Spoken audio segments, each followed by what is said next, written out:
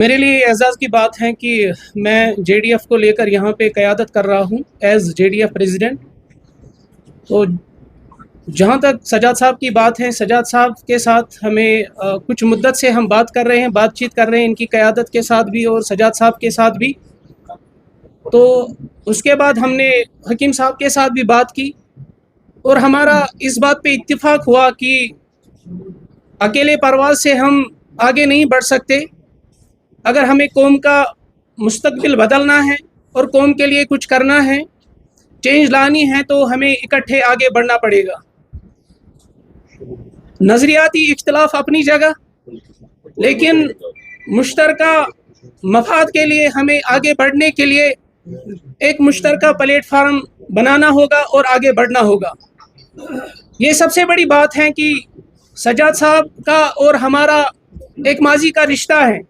सजाद साहब के वालिद मरहूम और हमारे बुज़ुर्ग रहनुमा, जिन्हें हम बड़ी इज़्ज़त और एहतराम की नज़र से याद भी करते हैं, आज भी याद करते हैं, उनके मुश्तरका मफादात रहे हैं और उन मुश्तरका मफादात को मद्देनज़र रखकर हम फिर से आगे मुश्तरका मफादात को, कौमी मुश्तरका मफादात को मद्देनज़र रखकर आगे बढ़ना चाहते हैं।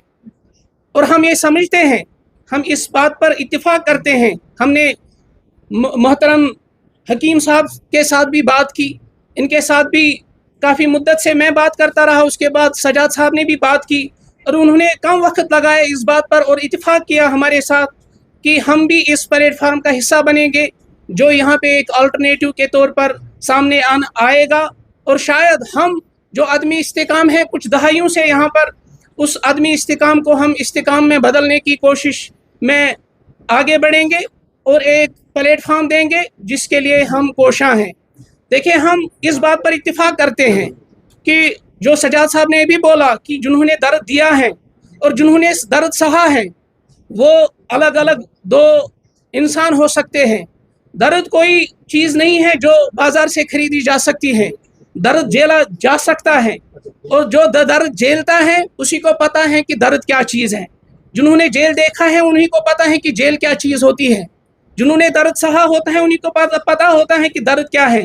और अब जिन्होंने दर्द सहा है, जिन्होंने तकलीफ़ देखी है, जिन्होंने तकलीफ़ सहा है, अब वो आएंगे, आगे आएंगे और उनकी लीडरशिप आगे आएंगी। अब वो लोगों की क़यादत करेंगे। अब नौजवान जानना चाहते हैं कि जो बोली यहाँ पे बोली जाती है और जो बोली दिल्ली में बोली जाती है, वो बोली अब नहीं चलेगी।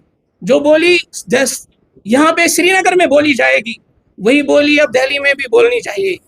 वही सरकार आगे बढ़ेगी जिनकी बोली एक ही बोली होगी।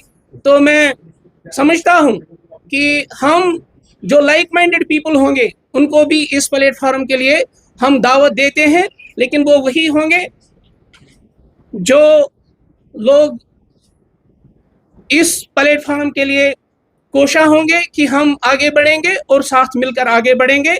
हम सियासी इस्तेहकाम के लिए कोशा हैं और हम सब इस पर इत्तिफाक करते हैं।